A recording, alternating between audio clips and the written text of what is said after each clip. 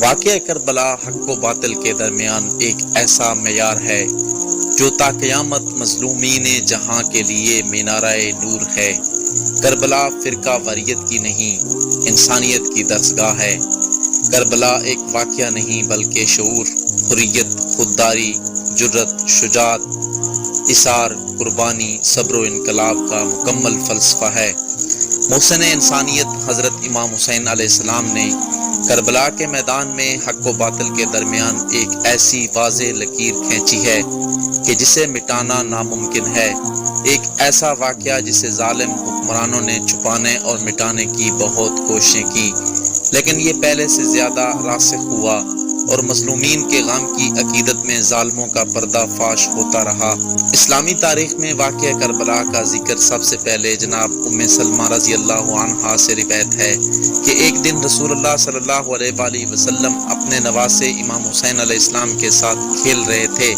تو انہیں حضرت جبرائیل نے کربلا کی مٹی کے ساتھ بشارت دی کہ آپ کا یہ فرزند کربلا میں شہید ہو جائے گا۔ رسول اکرم صلی اللہ علیہ وآلہ وسلم نے مٹی کا کچھ حصہ جناب ام سلمہ رضی اللہ تعالی عنہا کو دیا اور فرمایا،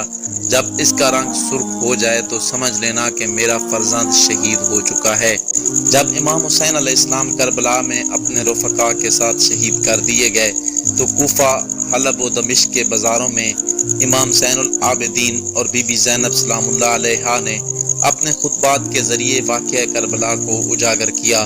اور ائمہ معصومین نے اسے تسلسل سے جاری رکھا اور ہر قسم کے جبر و ظلم کے باوجود بھی مقصد شہادت امام حسین کو مقدم رکھا گیا۔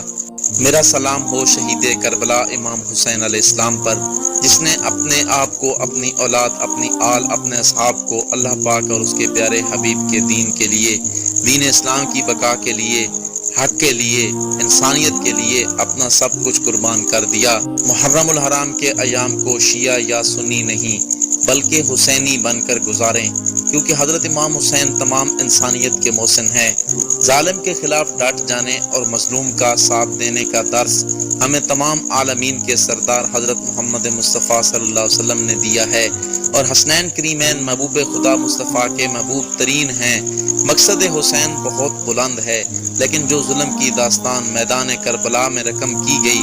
وہ بھی فراموش نہیں کی جا سکتی۔ جس طرح اسلام کو کوئی مٹا نہیں سکتا، ذکر حسین بھی اسی طرح سر بلند رہے گا۔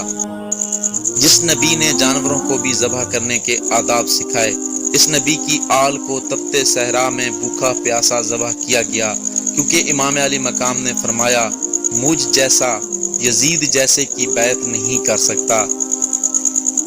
غرور ٹوٹ گیا، کوئی مرتبہ نہ ملا، ستم کے بعد بھی کچھ حاصل جفا نہ ملا۔ سر حسین ملا ہے یزید کو، لیکن شکست بے کے پھر بھی جھکا ہوا نہ ملا۔